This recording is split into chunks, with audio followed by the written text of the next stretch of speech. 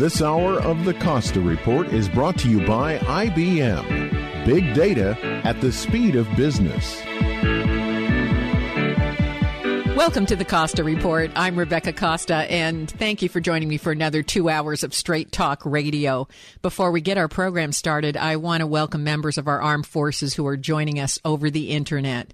In just a moment, Pulitzer Prize winning journalist Clarence Page will be joining us to talk about the issues which are likely to play a role in the midterm elections, including charges of racism, which are beginning to resurface, 435 seats in the House, 1/3 of the Senate, and 38 governorships will be in play this November, and it's not at all clear which direction several seats will fall. But before Mr. Page joins us, as is my custom each week, let me tell you a little about his background. Clarence Page was born in Dayton, Ohio.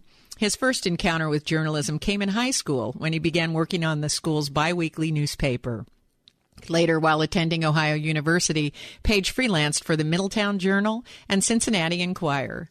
After graduating from the university, he joined the Chicago Tribune. Shortly afterwards, Page was drafted into military service and was assigned as a military journalist at Fort Lewis. He returned to the Tribune once his service was completed, where he became a foreign correspondent, assistant city editor, and investigative reporter. In 1980, Page joined WBBM-TV, a CBS-owned station, as a director of Community Affairs Department, where he produced, reported, and acted as planning editor. Then in 1984, Page returned to the Tribune as a columnist and member of the editorial board. His column is presently syndicated, appearing in more than 150 newspapers across the country. Page has been a panelist and political commentator on the Chris Matthews Show, the McLaughlin Group, the News Hour with Jim Lehrer, Lead Story, Weekend Edition, and a host of other news programs. He's been the recipient of 2 Pulitzer Prizes, the ACLU's James P. McGuire Award, the Illinois UPI Award, and the Edward Scott Beck Award, and many other acknowledgments. We don't have time to go into all of them today. I want to also add that Mr. Page is the author of best-selling book Showing My Color, Impolite Essays on Race and Identity. It's my pleasure to welcome to the Costa Report acclaimed journalist and commentator, Mr. Clarence Page. Welcome. It's my pleasure to be here. Welcome. Thank you. Well, here's what got my interest. I gotta fess up to you. Last month, you penned an article titled "Why Democrats Are Playing the Race Card," and in the article, you point out that the chairman of the Democratic Congressional Campaign Committee said that the Republican base does have elements that are animated by racism on CNN. And you say that House Minority Leader Nancy Pelosi made similar accusations about the GOP's position on immigration. And Eric Holder also seems to be implying that race is at the heart of GOP opposition. In your commentary, you pose 3 theories about why the talk of racism is suddenly heating up again. So can I ask you to talk about that for a moment? Well, sure. I don't recall exactly what order I stated my theories, but I do know that I was curious about this because so far in the 5-6 years of the Obama era, we've seen Democrats and Republicans steer clear of talking directly about the dirty little secret in American politics, which is that there's racism at the base in both parties. But with the Democrats, they haven't talked much about this in public, especially President Obama himself. He left it to other people to bring up that angle. But it struck me as curious that all of a sudden you've got at least 3 prominent Democrats speaking about this at this time. And I'm wondering why. And my main theory is that it's the midterm elections. Democrats are going into the midterms at a distinct disadvantage. Have a possibility of losing the Senate, and that they find a number of them find that it makes sense right now to bring up the fact that dirty little R word is still lurking out there. Well, your first theory was that there's just been pent-up frustration, and now that we're well into Obama's second term, it's gloves off time. But theory number 2 is that they wanted to energize their non-white base for these midterm elections. And I guess if that's the case, then we're going to hear this kind of language heat up quite a bit between now and November, aren't we? I suspect that it's going to be mainly targeted, though, to the local level, because there are some districts where it plays better than others. Obviously, the districts where you've got a heavy concentration of Democrats, the big concern is not whether Democrats are going to win the midterms, but how big the turnout's going to be. And that's especially a problem for Democrats among younger voters and minority voters, Black, Hispanic, Asian. The younger voters and minority voters, and for that matter, single women, too, tend to vote Democratic, made the difference for Obama in 2012. But in the midterms, you expect older, whiter, and more conservative voters to show up. Mm-hmm. So for both sides, the big question is going to be how well can we rally the base? Yeah, that's true. I wonder, I don't want to use the words racism fatigue, but I wonder if there's just the possibility that once Obama was elected, did people in their minds have a checklist and say, okay, we made a historic move. We have a black president, enough already, and now let's move on with the issues? Or do you think that this can backfire in some way with the Democrats bringing this forward? I think there's always a possibility of backfiring, but I think the Democrats are also looking strategically at what have we got to lose. Already the conservative base is excited, and the liberal base is not. So I think that's what's, again, this is theory. I don't know that Democrats have met behind closed doors and decided, okay, let's talk about race again. But, let's look at what you mentioned. Racism fatigue. I think there's a lot of truth to that. What you found after 2008, there was a lot of celebration on the left that what a great achievement we've made, while on the right we saw backlash arise. And going into the 2012 presidential race, what happened? We in the media predicted that the conservative whites would be energized and that liberals and minorities would be disenchanted, disaffected. What we found was that on both sides there was a fall-off in the turnout, except among black voters. Black voters turned out in record numbers in 2012. Mm-hmm. And why is that? One of the big reasons was they were angry over reports that Republicans were trying to suppress the minority vote. Mm-hmm. And we don't actually see much evidence that they had any success if that was the case, but certainly there was a lot of excitement on the among black voters, and the very possibility of voter suppression was a very strong energizing force for black voters. And for the first time in recorded history, the black turnout rate was higher than the white rate. So we see that, you can talk about post-racial America all you want to, but it's still true that nothing moves the needle like race. Well, that is true. And it's been pointed out more than once that perception is reality. If you think people are conspiring against you, you're probably going to proactively get together and make sure that doesn't happen.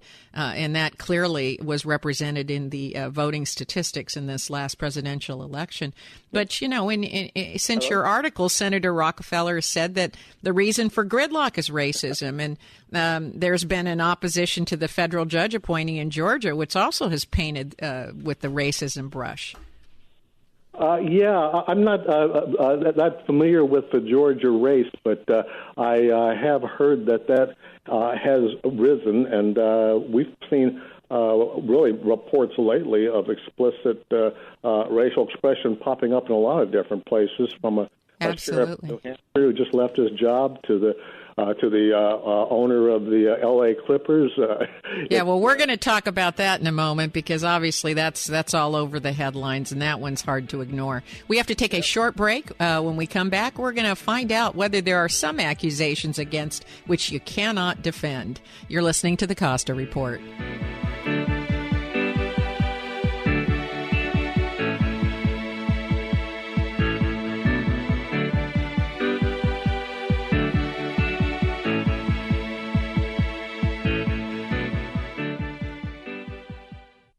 Did you know that every day we create 2.5 quintillion bytes of data, and that 90% of the data in the world today has been created in the last 2 years alone? This data comes from everywhere, and it affects everyone. This data is big data. Big data is all data, and it's more than simply a matter of size. Big data represents an opportunity to uncover new insights, make your business more agile, and answer questions that were previously beyond your reach. IBM's Big Data platform uses sophisticated technologies and patented advanced analytics designed to complement your existing information infrastructure. The IBM Big Data platform allows you to get started quickly today and expand to address more complex problems tomorrow. It doesn't matter where you start, it matters that you start. Find out how IBM can help you turn big data into a competitive advantage by visiting ibm.com/big data today. Every day our world gets more complicated. Not only is new information coming at us faster than we can manage, new regulations, technology, and the effects of globalization have made it much more difficult to succeed. That's why I wrote The Watchman's Rattle, a book that, for the first time, explains how complexity makes it hard to separate facts from fiction, and eventually causes us to make important decisions based on unproven beliefs. And not just us, our leaders also fall prey to this phenomena. But here's the good news. Once you know the symptoms to watch for, you can safeguard against them. So please, go to RebeccaCosta.com, that's RebeccaCosta.com, and order your copy of The Watchman's Rattle. It only takes a few minutes and the shipping is free. That's RebeccaCosta.com. Do it now. You'll be glad you did. Ace is the place. Ace Hardware Stores, ladies and gentlemen, located in Watsonville, Freedom, Marina, Salinas, and Gilroy. These are the 5 Ace Hardware stores run by my friends Manuel and Carlos Rodriguez, 2 brothers in Watsonville who've been on the hardware business for 25 years, long enough to know that when you walk into a hardware store, you want service. You know the merchandise is there, but you don't want to have to walk up and down the aisles for God knows how long to try to locate it. You want somebody to walk up to you and say, "Hi, welcome to Ace Hardware. What brought you to us today?" You give the answer, and the next thing you know, you're in the right part of the store looking at the merchandise you want to see. That's the service you get at Ace Hardware Stores in Watsonville on Main Street, in Freedom, corner of Green Valley Road and Freedom Boulevard, in Marina on Reservation Road, in Salinas on North Sanborn, and in Gilroy on First Street. These are the 5 Ace Hardware stores the Rodriguez brothers run, and those are the ones you want to go to. That's the place you'll get what you want every single day. Monday through Friday, 8 to 8, Saturday and Sunday, 8 to 6. Ace Hardware, your ace in the hole.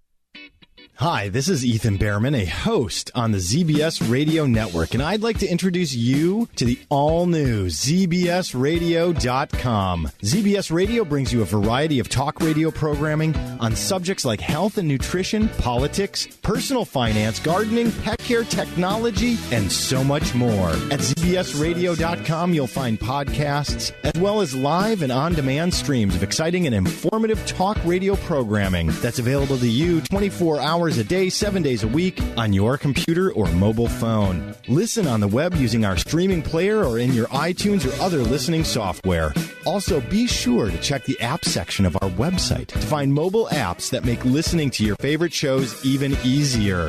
Check the shows page at zbsradio.com to see our current lineup of shows. New shows will be added all the time. Thank you for listening to the ZBS Radio Network.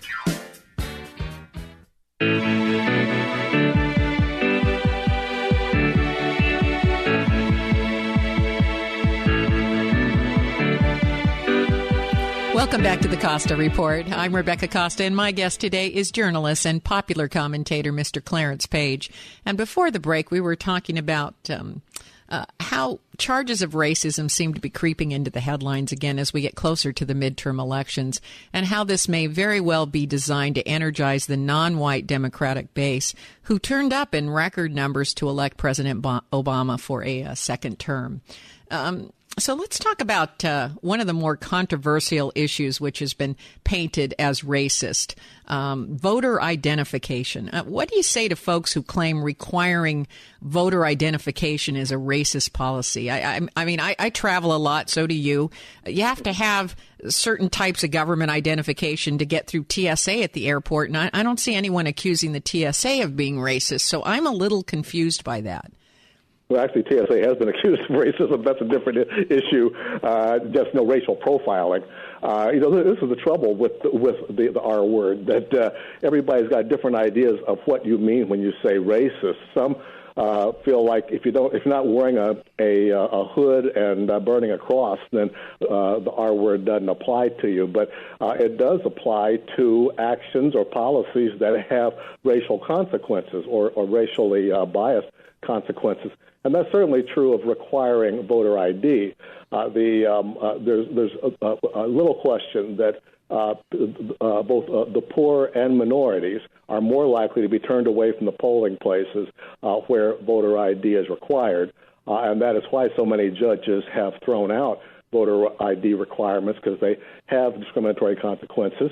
In the real world of real politics, we know that different parties, different politicians at the local level will try different tricks. There was a Texas voter ID law that was tossed out because, among other things, it would accept an NRA membership card for voter registration, but wouldn't accept a university ID from one of the state's universities. It's obvious that's going to have the consequence of turning away more liberal voters than conservative ones. But the main thing is just the whole idea of voter ID reacts badly among African Americans. I'm old enough to remember the last days before the Civil Rights and Voting Rights Act was passed, and I remember my elders who are from Alabama talking about how they'd get turned away from the polls after being tested with such literacy tests as how many words are in the Bible, or how many bubbles are in a bar of soap. This kind of thing went on ever since Reconstruction to the passage of the Voting Rights Act, and now there's still the various suppression methods that are used that are more subtle. Is this a case of what type of ID, or is it just voter identification in general? Because I'm in favor of voter identification, but I don't understand why we can't publish a list, a menu, if you will, and say any of these types of voter ID is fine. Well, it's not just the ID. You've got to look at the consequences of it. In North Carolina, for example, they found cases where people, in order to register to vote, had to travel a couple of miles or more from their home, and there were people who didn't have easy transportation. In a lot of these areas, there's a real consequence to regulations that require you to go to certain places in order to register, and it means that there's going to be a lot of resentment and backlash. And again, let's look at practical politics. That's what we're talking about here. We're not right. Talking about getting through a checkpoint or something. We're talking about practical politics. Republicans know they've already alienated blacks, Hispanics, Asian voters because of policies that are perceived as discriminatory in these communities. It's hard for you to have minority outreach and at the same time advocate voter ID. Even Rand Paul, as I mentioned in a recent column, has come out, has turned against voter ID, even though he personally favors it. He says, Republicans need to stop making a big deal out of this because it is angering, not just turning off, but it's making black voters angry. Right. That's not what you want to do as a politician. But if you have voter identification requirement for anybody, for all people that are voting, how is that singling out any particular race? Well, take it to the judge. Different judges, different cases have found different consequences that are either racially biased or not. And again, that it depends on how much trouble protected groups, protected minority groups have as compared to white voters, and also in securing the identification. You mean? Yeah, and getting the ID and understanding what's the proper ID. Yeah, that's what I mean. I think if you just publish for the public and say any of these possible things, you can go to your local library, you can go to a gas station and maybe get authentication. I mean, just make it easy for all people, so that you're not making it harder on a particular racial group. Yeah, well, you've got the idea of what the Constitution intends, that this is a protected right, the right to vote, and it should be easy for citizens to be able to get registered and to vote. And the question is, are there unnecessary impediments being thrown in their path or not? That's really how these cases turn. Yeah, well, I'm always worried that we throw the baby out with the bathwater. We have an idea, and rather than advance the idea so that it's equally applied to all people, we just throw the idea out. And so I worry a little bit about that. But, racism is one of those accusations. One quick point. Let me make one more quick point. Sure. My personal pet peeve is, if Republicans really do care about honest voting and the possibility of voter fraud, then go after absentee voters, too. Don't just go after those who show up in person and check out their ID to make sure they aren't impersonating somebody. You bet. Because the Brennan Center and other researchers have found actual vote fraud is very, very rare, but those cases where it has been found, those who cheat with absentee balloting 3 times more than in-person balloting, and absentee voters tend to vote Republican, while those who are showing up in person tend to vote Democrat. Yeah, it's interesting we talk about racism really not only in the Republican Party but in the Democratic Party as well. Folks like Donald Sterling, he's a registered Republican that's caught in this racist controversy, but it turns out that he's had a fairly long and substantial track record of making campaign contributions to many Democratic candidates. So he's kind of on both sides here. Well, he's a smart businessman. That's very common among business entrepreneurs and corporations, that they cover both bases. They don't necessarily have to be committed just to one political party or the other. That's right. Yeah. It's one of racism is one of those accusations. It's very difficult to disprove. I mean, the more you deny it, it almost seems like the more it rings true. So in your view, how does the GOP counteract accusations like that? Unfortunately, we got to go to a break here in just a moment, and I don't want to unload a question like that on you and then give you 10 seconds to answer like every other news program. I hate that. They the host will give you a big bomb of a question and then go, thanks for your 4-second answer, and that's no fun. But I before we go to break, I just want to pose this question: exactly what do you do as a party or even as a candidate when you're painted with the racism brush? It seems to me that that's a really sticky place to get out of, and you might have some comments on that. We have to take another break. Stay right where you are, and we'll be right back with more from Clarence Page. You're listening to the Costa Report.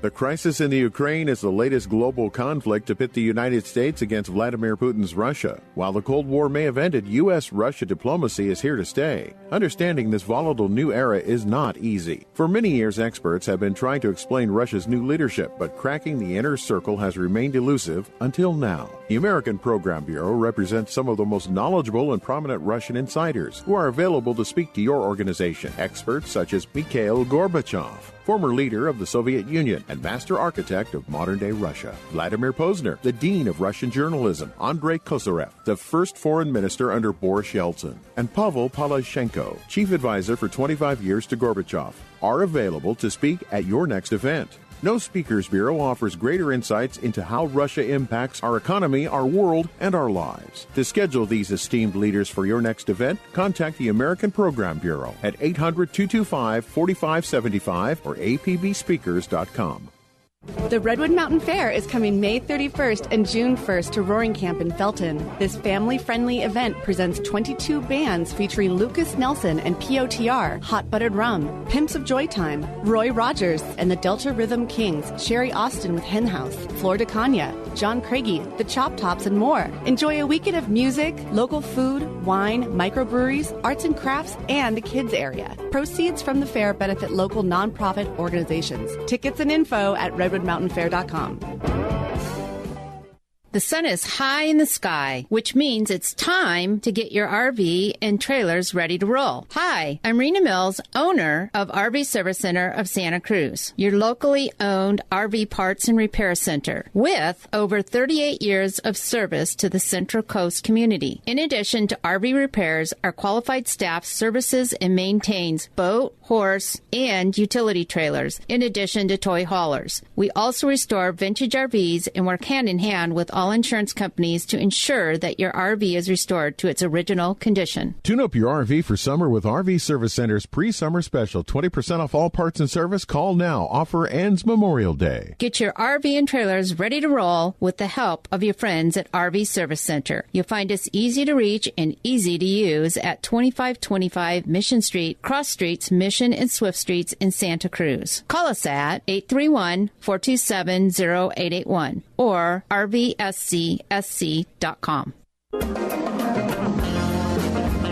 Shirt Crafter, your one-stop print shop, has been locally owned and operated in Santa Cruz for a decade, providing custom design services to help you build your brand. Shirt Crafter provides top-of-the-line custom screen printing, digital printing, embroidery, stickers, banners, business cards, and so much more. They carry top-quality brands of gear from T-shirts and polos to sweatshirts and ball caps. Whether you're outfitting your softball team or team building for your business, Shirt Crafter has it all. So build your brand with Shirt Crafter, located at 111 Ingalls Street in Santa Cruz, or go to www.shirtcrafter.com. Or you could give them a call at 831-423-0537. That's Shirt Crafter, 831-423-0537. This is Sylvia Panetta. Join us for the final event of the Leon Panetta 2014 Lecture Series. On Monday, June 2nd, Secretary Panetta will focus on how presidents make decisions, leadership, crisis, politics, and trust, with David Axelrod, Erskine Bowles, Andrew Card, and Kenneth Duberstein. How does a president deal with crises in politics while maintaining the trust of the people? Join us Monday, June 2nd, 7 p.m., KSCO.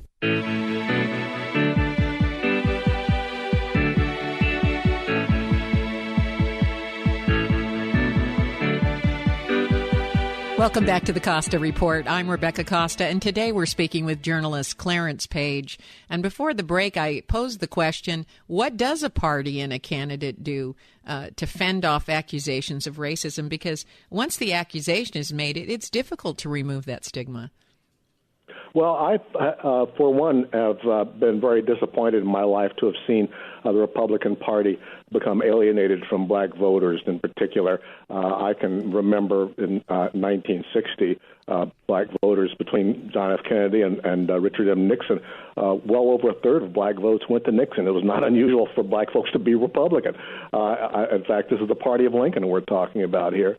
But since the 64 Goldwater race, we have seen an increasing alienation over the years until 2012, when Mitt Romney won majority of the white vote and lost the majority of every other major demographic group, and thus the election. Now we see the Republican Party, from the top anyway, trying to reach out, as they should.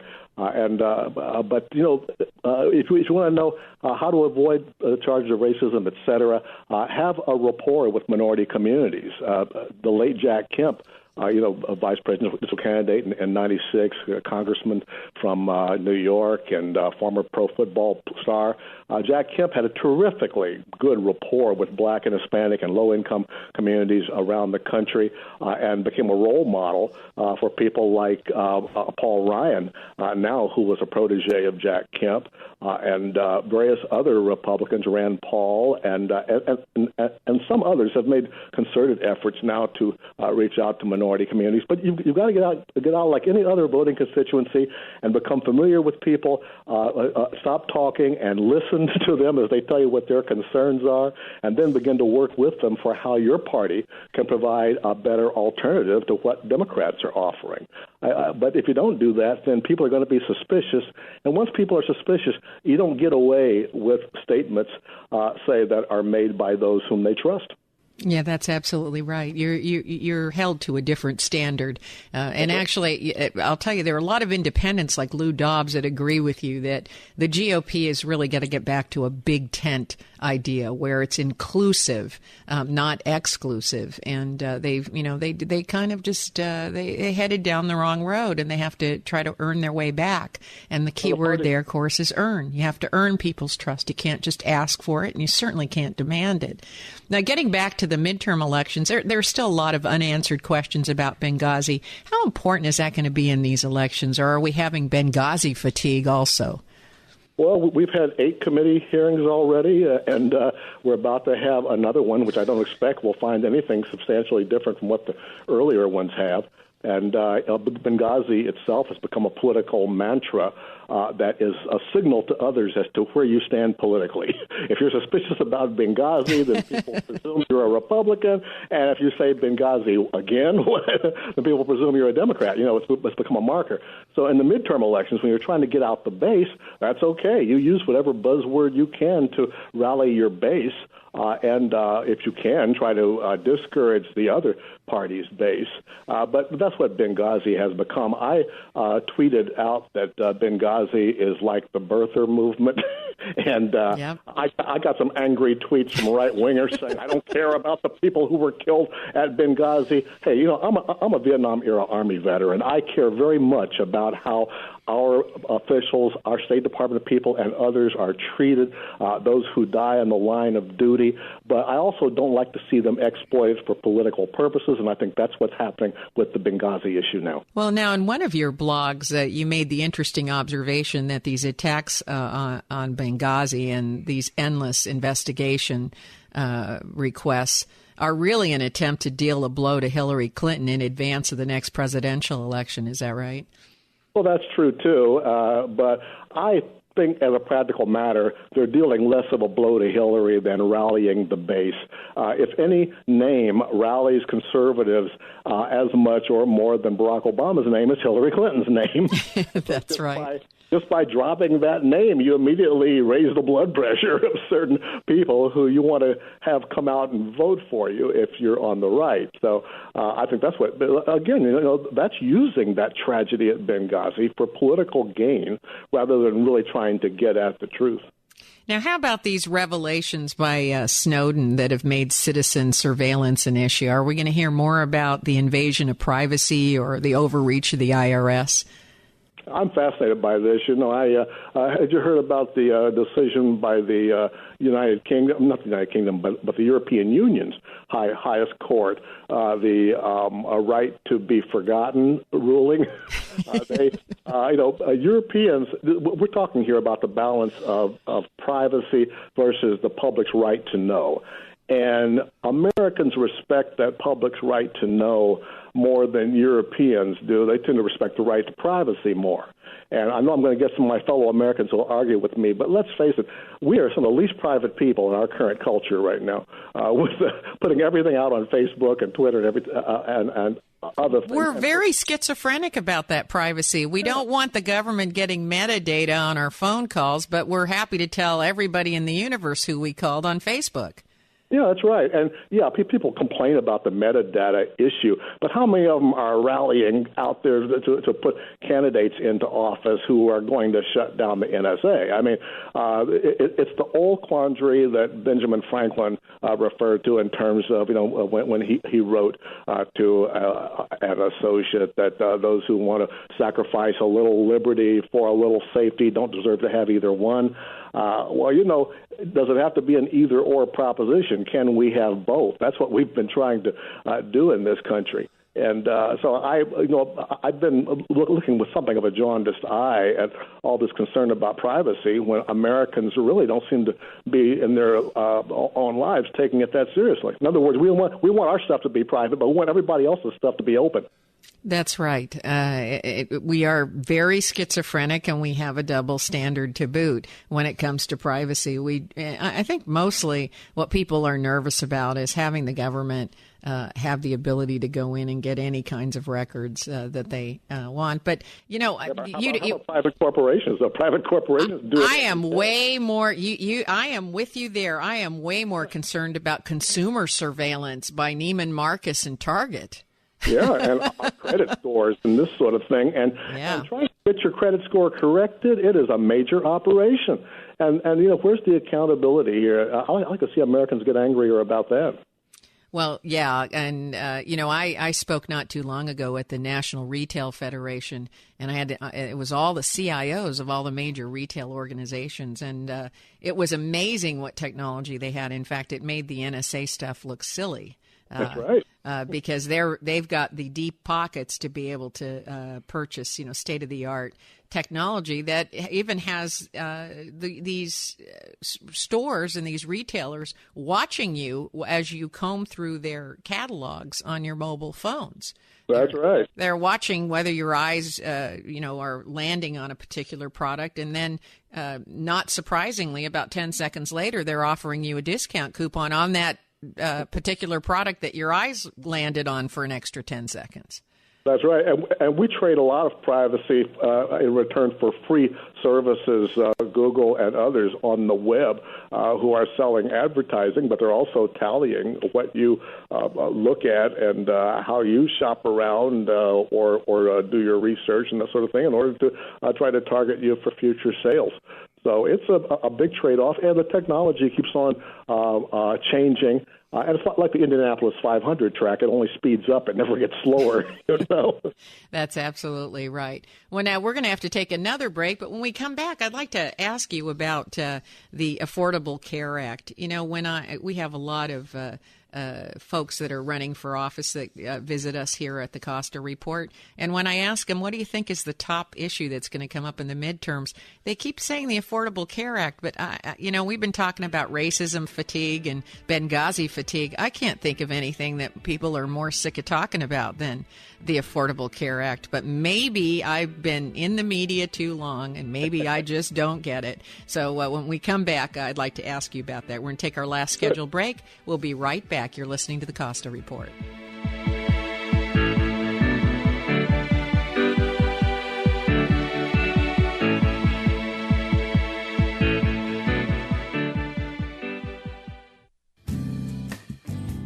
I'm here today with Scott Caraccioli of Caraccioli Cellars, and I have a question for you, Scott. What goes into making Method Champenois bubble? It's a process that's really defined by the French government that we've taken and enacted into our wines, which really drive the quality of our sparkling project. So this is a process that the French government defines pretty specifically, and you remain faithful to that? Yeah, 100%. And in some places we push it a little bit. Now, how do the bubbles translate on the palate? It really gives you that vehicle, that mousse for the character of the sparkling wine, carrying the fruit and the complexity. It's the expression of the wine. To find out more about Caraccioli wines, visit us at www.caracciolicellars.com or stop by our tasting room in downtown Carmel, California. That's Caraccioli Cellars, Caraccioli, Cellars. Come taste the difference. Did you know that every day we create 2.5 quintillion bytes of data, and that 90% of the data in the world today has been created in the last 2 years alone? This data comes from everywhere, and it affects everyone. This data is big data. Big data is all data, and it's more than simply a matter of size. Big data represents an opportunity to uncover new insights, make your business more agile, and answer questions that were previously beyond your reach. IBM's Big Data platform uses sophisticated technologies and patented advanced analytics designed to complement your existing information infrastructure. The IBM Big Data platform allows you to get started quickly today and expand to address more complex problems tomorrow. It doesn't matter where you start, it matters that you start. Find out how IBM can help you turn big data into a competitive advantage by visiting ibm.com/bigdata today. Answer this. How many people have their very own small craft harbor leading out to one of the most beautiful bodies of water in the world? Yes, we are among the very few, and we are happening at the harbor, and you are invited. Hello out there. As a member of the locally owned business community, you are invited to join your friends at Think Local First County of Santa Cruz to celebrate the 50th anniversary of our small craft harbor. Thursday, 5:30 to 7:30 at the Aldo's Restaurant Pier, west side of the Yacht Harbor. We'll enjoy lively beach and sand music from Island Breeze, taste yummy treats from Mauro, John, and Alfredo of Aldo's Restaurant, ice cream from Mission Hill, and oh yes, beer from the barrels of Santa Cruz Mountain Brewery and Uncommon Brewers. You will have fun meeting, mixing, and munching at Think Local First happening at the harbor this Thursday, 5:30 to 7:30 at Aldo's Pier. Dress in layers, just in case, bring quarters for the meter, and come for the fun to Think Local First happening at the harbor Thursday, 5:30 to 7:30.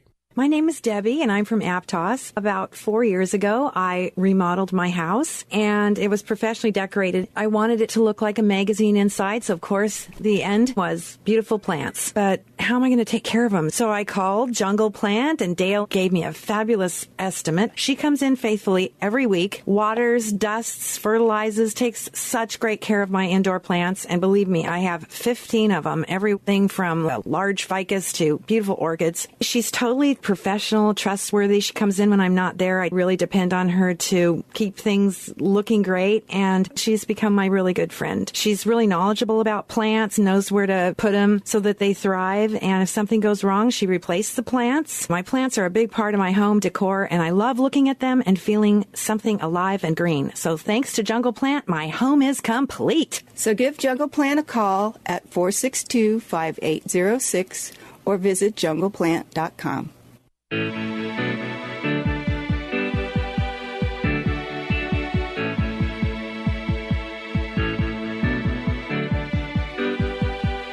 Welcome back to the Costa Report. I'm Rebecca Costa, and my guest today is Clarence Page. So conservatives seem to think that the Affordable Care Act is the Achilles heel this election, but despite a misstep in the implementation of the website, enrollment numbers were met, and the program seems to be working. So I don't know, where do you attack it? Well, Republicans need a backup plan, I think, because they initially were planning nationally to make Obamacare the center of their assault, and they still are making it a central theme of this year's midterms. But they're pressured more and more to, instead of just saying repeal it, to say repeal and replace. Because it is working well for so many people, and the sign-ups have been higher than predicted. And there is a national need for some kind of sanity in our health insurance system. And Republicans don't have a consensus. They've a number of them in Congress have offered alternatives, but there's no consensus among Republicans around one particular plan. So that's kind of up in the air. And at the state level, it's a mixed bag. In Oregon, for example, a Democratic state, their rollout was such a disaster that they had to turn to the federal system, and now their Democratic governor is being pressured by four opponents in their primary leading up to November. Then you've got Kentucky, which is a red-leaning swing state where the Democratic governor did roll out an Obamacare program that's been quite successful. That's a state where Mitch McConnell is trying to get reelected, and he's getting he survived a challenge from the right in the primaries, but now he's up against a pretty formidable opponent from the Democratic side. So it's going to be a mixed bag around the country about Obamacare. I think you're right. The way I described it not too long ago, I was invited to do a debate on these new private and public health exchanges. And I said, look, I'm from Silicon Valley. The reason we release software as 1.0 is because all the things that didn't work are going to be in 2.0. And 3.0. It's an evolution process. You improve and you perfect as you go along. You don't throw out. That's right. And I think that's what the American people want to hear. They want to hear, like, okay, it isn't perfect. It needs to be perfected. Like everything else, we perfect our laws. We perfect our software. I don't understand why we can't. We have no tolerance for imperfection and no understanding that these things have to evolve over time. Now let's take the scenario where the GOP takes the majority in the House and the Senate. In your view, what does that do? Well, more gridlock, I see, and we already have a lot of gridlock. It's virtually impossible for President Obama to get anything. How can there be more gridlock? Well, that's a good question, and that's one reason why I think we might actually see less gridlock, because let's face it, President Obama will only have 2 years left in office, and Republicans are facing 2016, where they're expected to be at as much of a disadvantage as they're at an advantage this year. So they're really going to be pressured to come up with some alternative ideas and to show they really know how to govern and not just say no. So I'd say there's, still a lot of questions remaining as to just what it would mean to have Republicans running both houses. They would really have to, I think, have more pressure to come up with some ideas for solving the problems that Americans have to deal with, like jobs. Well, to me, I don't know. I'm speculating here, but I don't see much change. I don't know. I'm probably speaking for a lot of Americans, but whether they take the Senate or not, I think if you're not presenting fresh solutions to the American people, as an independent, I'm not a Republican or a Democrat. I have to say that whoever has the best ideas gets my vote, not who's opposing the other party. I don't care. I agree with you fully on that, which is why I've been disappointed that we haven't seen more ideas coming from the Republican side. Although, I interviewed Paul Ryan a couple of weeks ago, and like I say, he comes out of that Jack Kemp policy wonk school, trying to find good market-based solutions. I like those guys, because they think logically, and it's easy to follow them. That's right. And, we found a real revolution of ideas back in the 1980s coming from both sides that led to school vouchers, charter schools, the earned income tax credit. And in fact, Obamacare, as we know it, was really hatched in the Conservative Heritage Foundation. Mitt Romney adopted it from Massachusetts. I mean, that's the way America really works, is when you get ideas coming from both sides.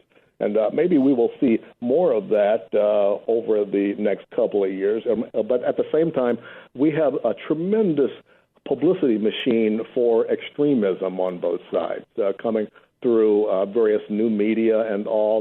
There's a lot of noise out there of people just doing a name calling and coming up with what I call made-up issues that are just designed to get people angry and to help you raise campaign funds or get votes or raise TV or radio ratings. Present program excluded, of course. I will tell you, you and I are on the same page here. We've got plenty of actual real problems: energy independence, security issues, education, so that we can be globally competitive, the deficit. These are issues on which all Americans are concerned and interested in new proposals, new ideas. I don't know that we've got to go to social issues so much, and I don't know that we've got to, get into this kind of bickering. Like, let's just get on with the things that we've got to get taken care of. I like to think that we may be in kind of a shakeout period now. We're seeing the pragmatic establishment Republicans now begin to edge out the Tea Party extremists because they tend to lose elections, and now Republicans want to win again. And at the same time, Democrats have got to start coming up with some ideas because, for example, what if Hillary Clinton decided not to run in 2016?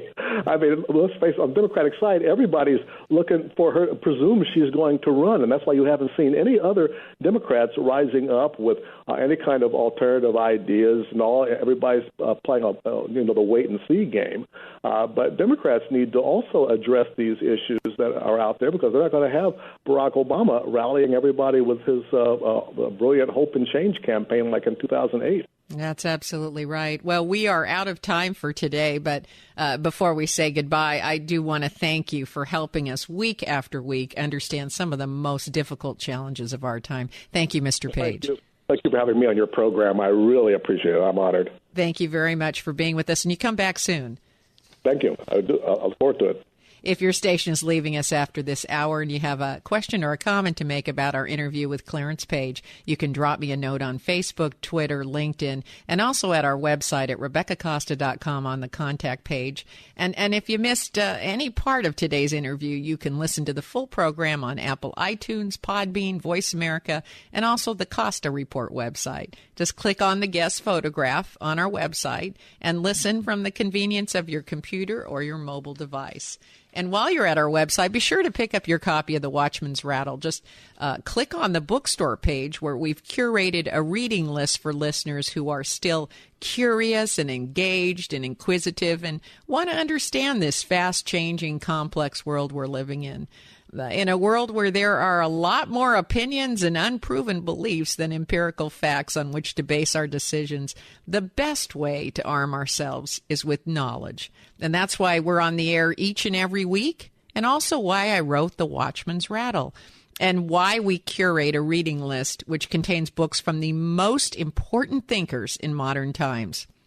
So go to RebeccaCosta.com, get The Watchman's Rattle, and while you're there, be sure to check out our book list. I think you'll be impressed. There's probably some books you're already familiar with, and you may even want to reread. I don't know if other people do this, but every now and again I come across a book and I say, I enjoyed that so much, maybe I'll pick it up again.